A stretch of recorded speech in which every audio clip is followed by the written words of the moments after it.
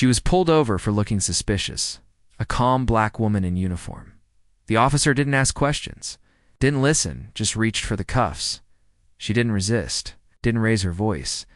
But as he shoved her into the back of the squad car, she made one quiet phone call. 30 minutes later, military SUVs pulled up. Pentagon officials stepped out. And the officer realized he hadn't arrested just anyone. He had arrested a U.S. Army general, and it was already too late. A racist cop arrests a woman he thinks is just another civilian, unaware he's made a career-ending mistake. What will happen when she makes one phone call that changes everything? Let us know in the comments section below. She didn't flinch. Cassandra Ellison sat motionless in her matte black Jeep Grand Cherokee, her index finger tapping lightly on the screen of the military grade. GPS mounted to her dashboard, she wasn't lost. She was recall adding. Fort Mitchell's back roads had shifted. After years of construction, and though she'd been stationed there a dozen times, even the most decorated, generals could lose their bearings when the land refused to stay still. Blue and red lights exploded in her rearview mirror, the hue of idle. Traffic on the Georgia highway faded into the background as her eyes lifted to the flashing reflection behind her. She sighed, not out of fear, not even irritation, but that deep, tired sigh only black folks understood, the kind you let out when history taps you on the shoulder, whispering, "Not again." She lowered the window hands. "Where?" "I can see them." The bark was sharp, unnecessary, designed to provoke. Officer Brent Mallory had both hands on his belt as he approached, one hovering near his holster, his voice already laced with the assumption that she was a threat.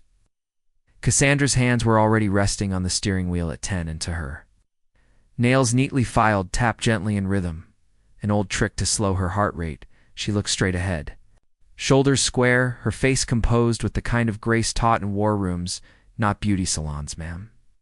"I need to see your license and registration," he snapped, and reaching now, she said calmly. He didn't reply, just watched her like she might lunge.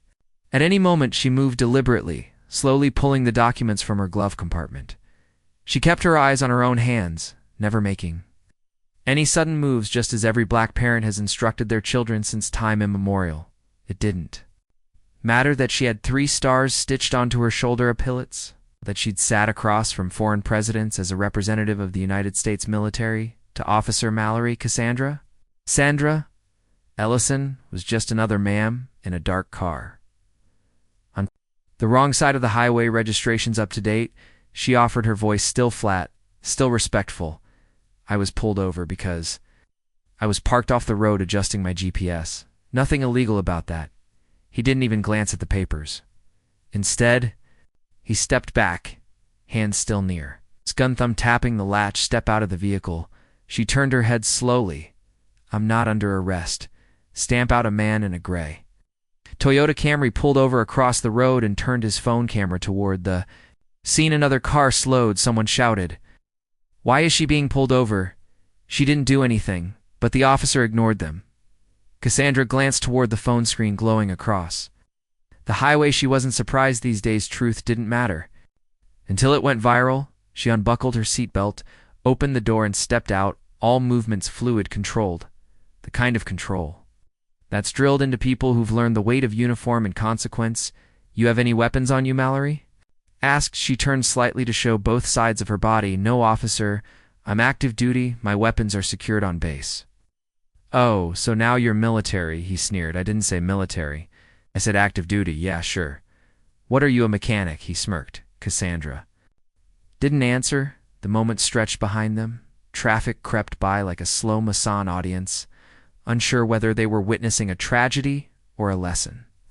Her heartbeat steady, trained. She hadn't survived Iraq, Afghanistan, Syria, and the Pentagon's politics to be shaken by a man who hadn't finished reading her ID card. He walked around her car, inspecting it like he was trying to find something, anything that would justify his aggression. He tapped the back window with his flashlight, then returned to her. "Got anything in the vehicle I should know about?" "No, officer. You've got tinted windows. It's legal. It's legal for military vehicles registered on base. I can show you the documentation." "I didn't ask for a lecture, ma'am." That word again, May. Not General, not Ellison, not even Cassandra. Just a M. full of suspicion and contempt. A beat past, she shifted her weight. Officer, I'd like to call someone now. I believe we're well past the point of this being a routine stop. Oh, you'll call someone? All right, he muttered. You're not going anywhere. Hands behind your back. And just like that, he was cuffing her, nettle cold on her wrists. The asphalt still warm beneath her boots. One knee pressed into the small of her back as he pushed her toward the hood of her own Jeep. The camera across the street zoomed in. 2 more cars pulled over. Someone shouted her name, not her rank, but her name. Sandra's mind didn't go blank. It never did. Even restrained, even humiliated. Even pinned by a man who couldn't read the stars on her collar, her mind stayed sharp. She looked up. The sky above was cloudless. Sun-glaring. Mallory didn't know, couldn't have known. But when she made that call, when she said the name and gave the code, this entire interstate would become a chessboard. And every piece would move at her command. Still she didn't speak. Yet let him have his moment. Let him bask in this illusion of power. There was a silence that followed, the kind that feels thick, heavy. It's like it's waiting to be broken by a storm. Only, the storm wasn't coming from the sky. It was coming from Washington, D.C., and it had just been awakened.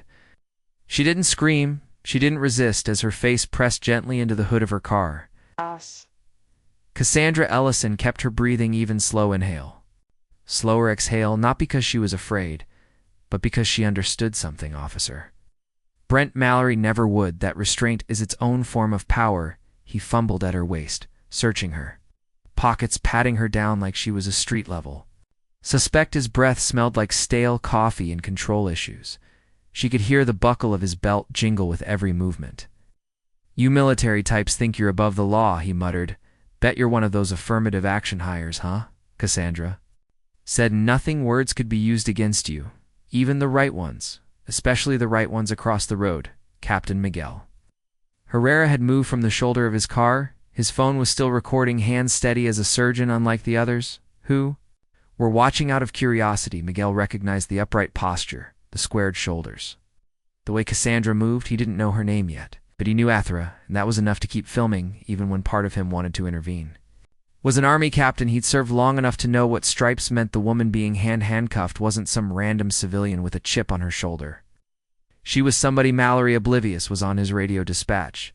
This is Unit 4782. Oh, I've got a female suspect, uncooperative, says she's military. Probably lying. I'm bringing her in. The voice on the other end crackled. Roger that. You need backup. He looked around, noticing the cluster of cars.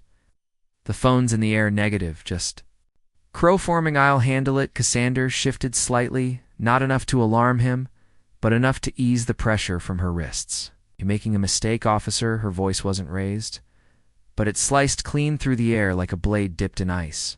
He snorted. Yeah, and what your commanding officer is going to come down here and spank me? She didn't answer. Instead, she turned her head.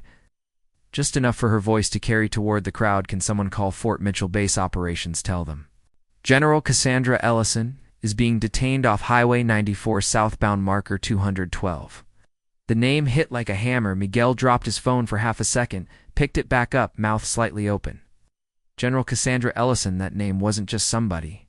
She was a legend. 3 tours NATO command recipient of the Distinguished Service Medal, one of the highest-ranking black women in the history of the United States Army, and she was being cuffed like a petty thief on the side of a Georgia road. Miguel's instincts kicked in. He stepped into the road, lifting his badge from around his neck and holding it high. His voice was clear, firm, and without hesitation. Sir? Captain Miguel Herrera, U.S. Army, I'm requesting you stop this detainment immediately. Mallory froze. He turned his head slowly, squinting like he didn't believe what he was hearing. Who the hell are you? I just told you, Captain Herrera, and that woman is General Cassandra Ellison. She outranks every single soul in this state, including your Sheriff. Mallory looked down at Cassandra, then back at Miguel. Doesn't matter, he mumbled. Nobody's above the law. Correct, Miguel replied. And neither are you. Mallory tightened his grip on Cassandra's arm, yanking her upright. You military guys always think you can throw rank around like it means something in the real world. Cassandra stood tall now. She was close enough to look Mallory in the eyes. Her expression didn't show anger, it showed clarity. This is the real world, officer, and it's about To meet the part of it you didn't think would ever touch you, he sconed, turning to open the back door of his cruiser, but the sound that followed changed everything, the low warring chop of an approaching helicopter. It wasn't news, it wasn't life. Flight, it was military, you could tell by the precision of its hover, by the dull thud of the rotors that made your chest rattle before your ears even registered the sound it descended. Just out of view, a half-mile down the road, its matte gray body bearing no local insignia, Mallory's hand slipped off the cruiser door. "What the hell is that?" he muttered.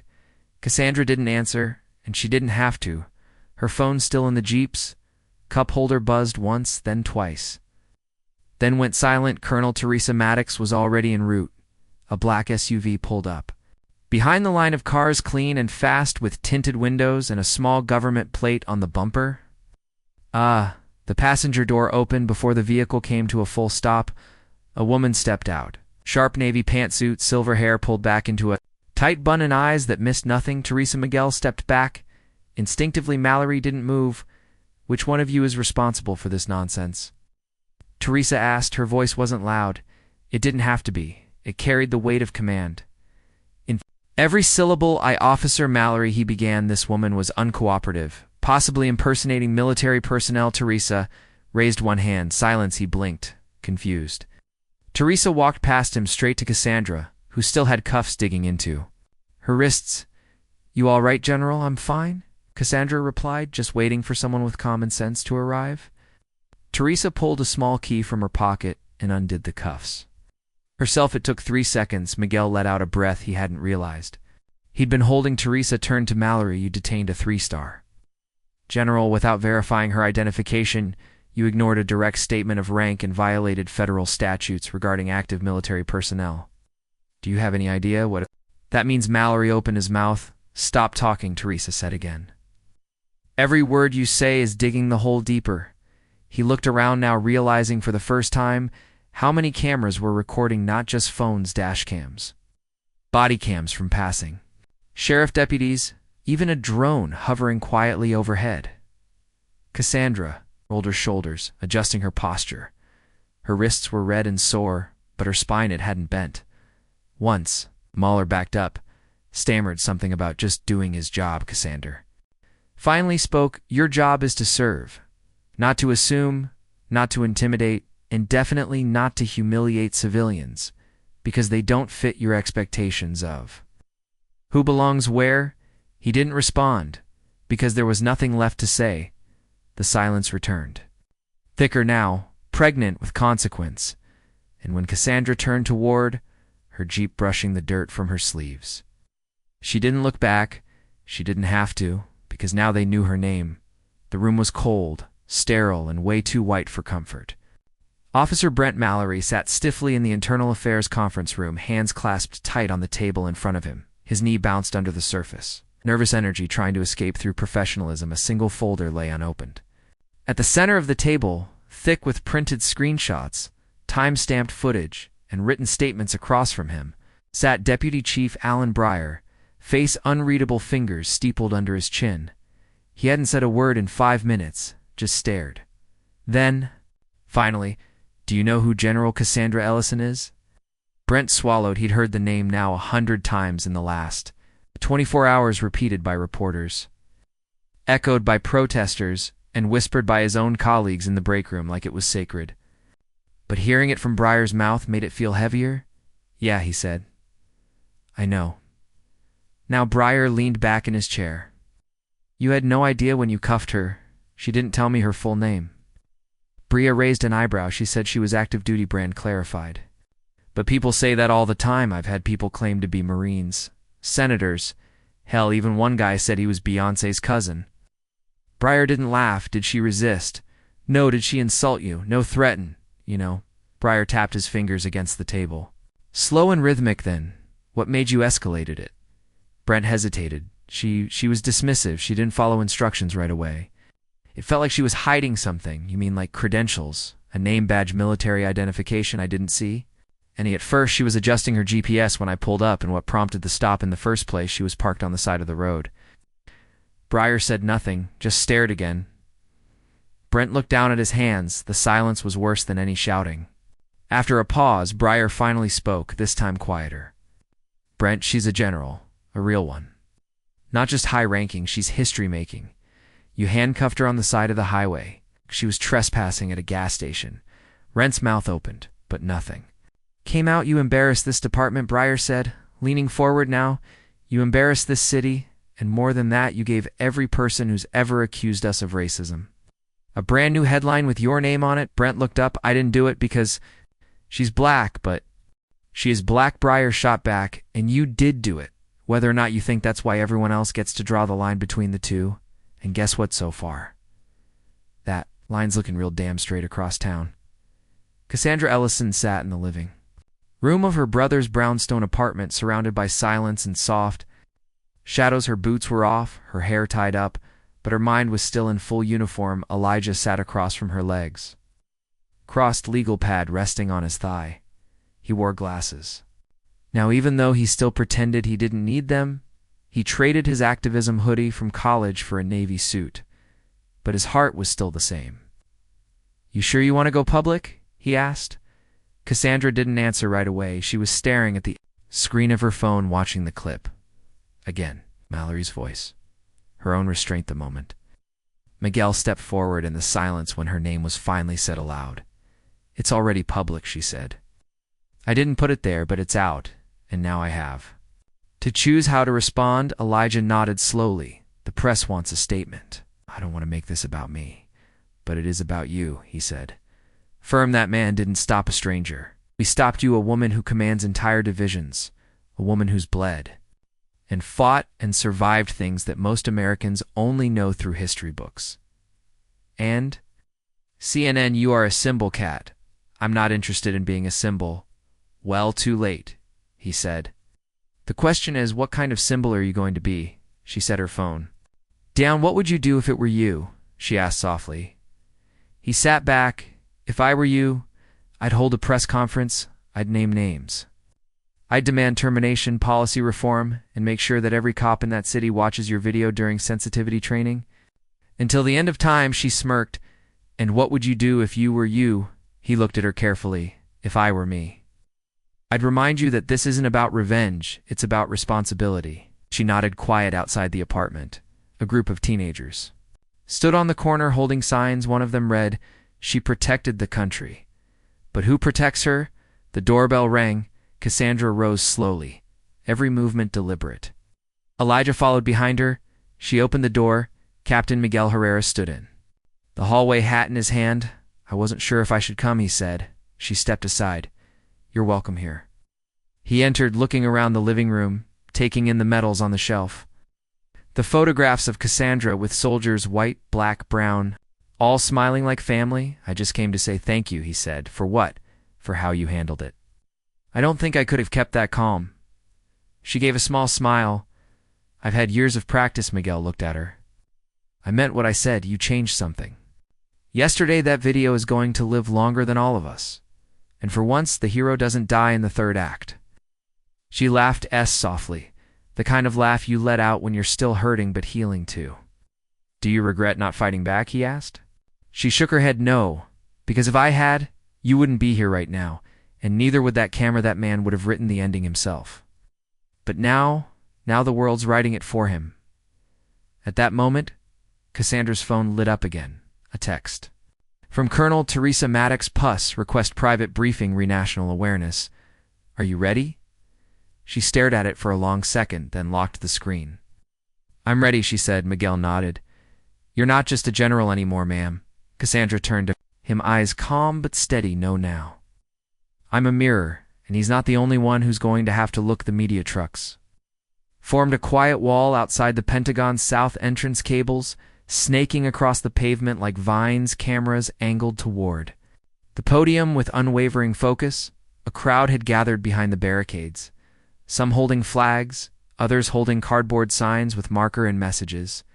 Like "We stand with Cassandra," and rank doesn't erase color, but it should protect dignity inside. The briefing room, the air buzzed with preparation. Reporters whispered among themselves, testing microphones, phones adjusting, cameras shuffling. Notepads. There were no leaks this time, no press tip-offs, only a short statement delivered by the White House earlier that morning, General Cassandra Ellison will speak at 2 p.m. Eastern, no questions will be taken, and at 2 p.m. exactly she stepped onto the stage. No military fanfare, no entourage, just her in uniform, chest decorated with medals earned across 3 continents and 2 decades of service. She walked to the podium, her face calm, but her eyes holding the kind of truth no one could look away from. She didn't fumble with notes, didn't clear her throat. She just began. My name is Cassandra Ellison. I'm a daughter, a sister, a soldier. I've served this country. For 26 years, I've led troops into combat. I've negotiated with warlords. I've carried wounded soldiers across sand and stood at the funerals of men and women who never made it home. She paused just briefly, and last week I stood on the side of a Georgia highway, with my face pressed against the hood of my car, not as a threat, not as a criminal, but because someone looked at my skin and assumed it mattered more than my stars. The room held its breath. I don't stand here today to shame a man. I stand here to reveal a system, one where a black woman in uniform can be decorated with medals but still deemed suspicious before she speaks, where service is acknowledged only when it fits the narrative and dignity is conditional. She looked up, meeting the gaze of the crowd, the cameras, the country. I will not ask for justice, because justice isn't something that should be begged for. I will expect it, not just for me, but for the countless others who don't wear a uniform and don't have a camera nearby. I was lucky, but luck should never be the only shield between someone and sunrise. In justice, no one clapped, not because it wasn't powerful, but because the weight of it settled too deep in the chest. She gave a final nod and stepped back outside. The silence broke with the rise of chanting, not loud, not angry, just firm. General Ellison, Cassandra walked back through the corridor, heels echoing off marble. As she re-entered the secure wing, Teresa Maddox was waiting. That Teresa said was the sound of a country turning its head. Cassandra raised an eyebrow, turning. Is easy looking is harder. Then we'll make them look, Teresa replied. That evening, Officer Brent Mallory was handed a sealed envelope by the Internal Affairs Board. The words inside were direct and brief. Effective I.M. Immediately, your employment with the Kingsford Police Department is terminated. He sat in his empty apartment. The news playing low in the background, the footage again, her face, her voice, her words. He muted the TV. He'd thought about apologizing, thought about sending a statement. But what would it say? I didn't know it wasn't about race. The truth was, it had always been about race, not in a cross-burning, slur-yelling way, but in that quieter, more dangerous way. The assumptions, the suspicion, the need to dominate first, ask questions later. He stared at the paper until the words blurred across town. Captain Miguel Herrera returned to Fort Mitchell Base. His phone wouldn't stop buzzing. Interview, quests, thank you, messages, even a commendation letter from the Secretary of Defense. He ignored most of it. Instead, he walked to the base pew and closed his eyes. He didn't pray, not in the traditional sense, but he breathed, and he thought about how close it had come to being worse. How icily that day could have ended with another name on a hashtag, and he was grateful. 2 days later, Cassandra stood outside a public school in Southeast D.C., invited to speak, not by a senator, not by a network, but by a 9th grade teacher named Miss Carmichael. The classroom was filled with black and brown kids, some fidgeting, some skeptical. All curious. All really going to bring a general in here and expect us not to ask questions? One kid laughed. Cassandra smiled. Ask anything you want. A girl in the front row raised her hand. Weren't you scared when that cop pulled you over? Cassandra took a moment, then she answered, I was steady. That's different. I was steady because I've been scared before, and I've learned that fear can't speak for me. A boy near the back leaned forward. But like you outranked him, why didn't you just tell him off? Because rank doesn't stop bullets, and I knew my strength wasn't in shouting, it was in being undeniable. They nodded slowly, another voice softer. Do you think that's enough? Cassandra looked at her, a young girl with tight braids and eyes that didn't blink. No, it's not enough, but it's a start. The girl nodded, and then without prompting, every student stood up. No claps, no fanfare. They just stood, because sometimes standing is louder than applause. Later that week, Congress approved a bipartisan proposal requiring all law enforcement departments receiving federal funding to implement Ellison protocols, mandatory de-escalation training, military verification procedures, and racial bias recalibration. Programs, it wasn't everything, but it was more than nothing. And it carried her name back in her home in Virginia. Cassandra walked barefoot across her living room floor, the late evening sun casting long shadows across the family photos lining her wall. She stopped in front of one, a younger version of her.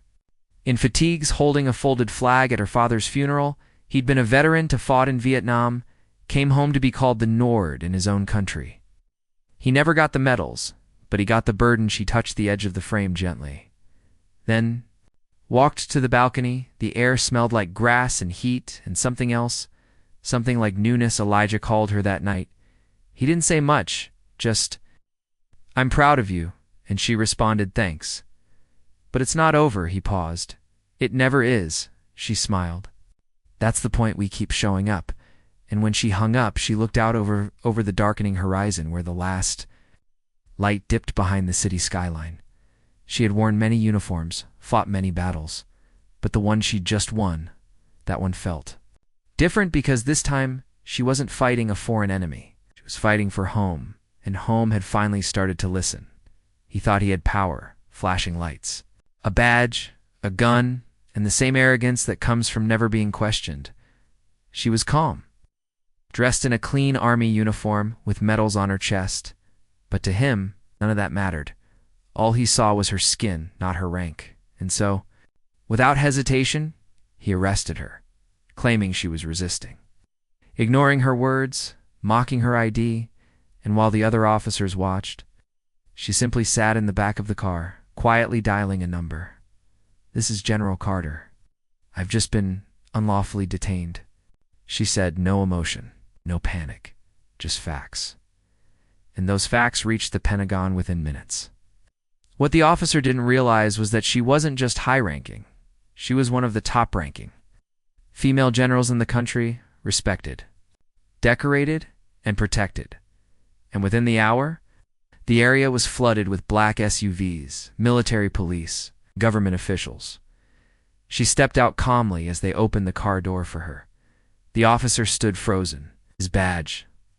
Suddenly, feeling very small, his excuses didn't matter anymore. Not when every camera in the area was rolling. Not when the military demanded accountability. She didn't ask for revenge. She asked for justice. And she got it. Officer was suspended, later dismissed. The department launched a public investigation. But this moment wasn't just about one arrest. It was about how easily power is abused, how quickly judgment is passed, and how dangerous it is when respect is only given based on assumptions. She didn't yell, didn't threaten, didn't fight. She simply made one call, and the entire system responded. Because true power doesn't need to shout. It just arrives, calmly, and changes everything. So next time someone thinks they can disrespect without consequence, they should remember her face, her badge, and the lesson she left behind. Never judge a uniform by what you assume. And never forget who might be on the other end of that call.